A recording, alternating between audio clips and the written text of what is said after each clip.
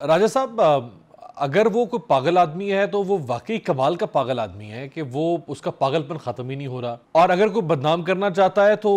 اس کے پاس بھی بڑا زبردست منصوبہ ہے کہ وہ ایک سے دوسری اور دوسری سے تیسری عدالت اب بھیجے جا رہا ہے خطوط. اور اگر تیسرا آپشن یا پروبیبلٹی ہے جو کامران صاحب فرما رہے ہیں تو اس کے بارے میں کہنا بڑا مشکل ہوگا، قبل از وقت ہوگا، لیکن ہے ویسے دلچسپ صورتحال. دس از سم تھنگ ویری سیریس، کیونکہ یہ ڈائریکٹلی ریلیٹڈ ہے. یہ ریلیٹڈ ہے اس خط کے ساتھ جو کہ اسلام آباد کے 6 ججز نے بھیجا، اور ٹائمنگز بھی آپ دیکھ لیں تو تفتیش کرنا جو سا ہے، کیونکہ جو تفتیش ہے اس سے زیادہ ضروری تفتیش جو ہے وہ تفتیش ہے کہ اس خط میں جو ایلیگیشنز ہیں ان ایلیگیشنز کی تفتیش اگر ہوتی ہے تو بہت سی چیزیں سامنے آپ کو نظر آئیں گی، اور یہ دونوں پیرالل ہو. یہ نہ ہو کہ جی اس تفتیش میں تو ہم بس سب لگے ہوئے ہیں اور جہاں پہ تفتیش ہونی ہے تو وہاں پہ اب 1 ماہ کا ٹائم دے دیا گیا ہے، تو 1 ماہ کے بعد پھر کورٹ آئے گی اور اس عمل کو آگے لے کے کیا چلے گی. بٹ دا پوائنٹ از کہ جی یہ سب کچھ کیوں ہو رہا ہے، کس وجہ سے ہو رہا ہے، بینیفیشری کون ہے. تو یہ تمام چیزیں ہیں کہ جو کہ میں سمجھتا ہوں کہ اس کی سپرویژن اگر جیسے وہ کمیشن بنانے کی بات ہو رہی ہے یا عندیہ دیا جا رہا ہے تو وہ کمیشن بنے تو شاید وہ یہ تفتیش یہ بھی اپنے ہاتھ میں لے لے. مجھے نہیں امید کہ پولیس کوئی خاطر خواہ نہ کو انویسٹیگیٹ کر سکے گی. 6 ججز کا خط لکھنا، وہ بھی ہائی کورٹ کے ججز کو سول کورٹ، یا ویسے تو سول کورٹ سیشن کورٹ کا جج بھی اگر خط لکھے کہ مجھ پہ اثر انداز ہوا جا رہا ہے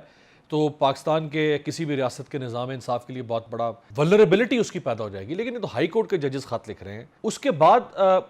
آپ کیا ایکسپیکٹ کر رہے تھے کہ کیا کچھ ہو جانا چاہیے تھا اب تک ان دنوں میں؟ دیکھیے، مجھے جو ایکسپیکٹیشن تھی کہ جیسے ججز نے کہا تھا کہ جی ایک کنونشن بنایا جائے پورے ملک کا،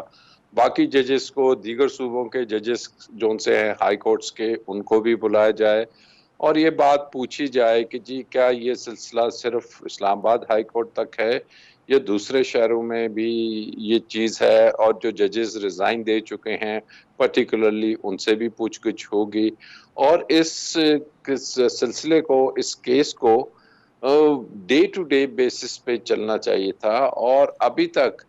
اس میں شاید کچھ فریقین اور بھی آ جاتے، کیونکہ یہ کیس جو کہا جاتا ہے کہ جی سمپلی اس کو کہیں کہ جی یہ ججز اور لائرز کا کوئی قصہ ہے، یہ ڈیفینیٹلی اس سے جو پولیٹیکل ہمارا سسٹم ہے وہ بھی ریلیٹڈ ہے. کہ اگر آپ اس خط کو غور سے پڑھیں تو اس میں جن کیسز کی بات ہو رہی ہے اس میں لکھا ہے کہ وہ پولیٹیکلی جو ان سے تھے ایفیلیٹڈ کیسز تھے، ان کے پولیٹیکل ریزلٹس تھے، اور ان کیسز میں تو وہ یہ تمام چیزیں اس کے کینوس کو براڈ کرنا ہوگا کہ جی یہ کیا وجہ ہے کہ جی پولیٹیکل ہمارا جو ایرینا ہے، یہ جو سسٹم ہے، اس میں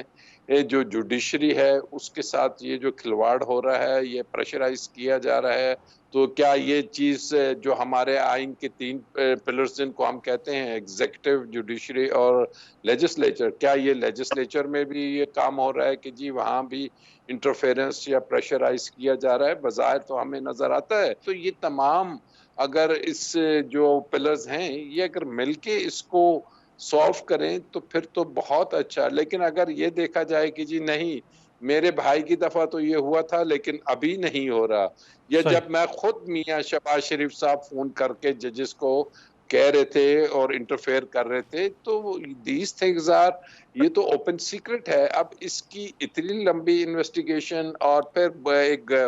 کمیشن بنتا ہے، نہیں بنتا ہے، لارجر بینچ بنتا ہے، نتھنگ از سرٹن یٹ.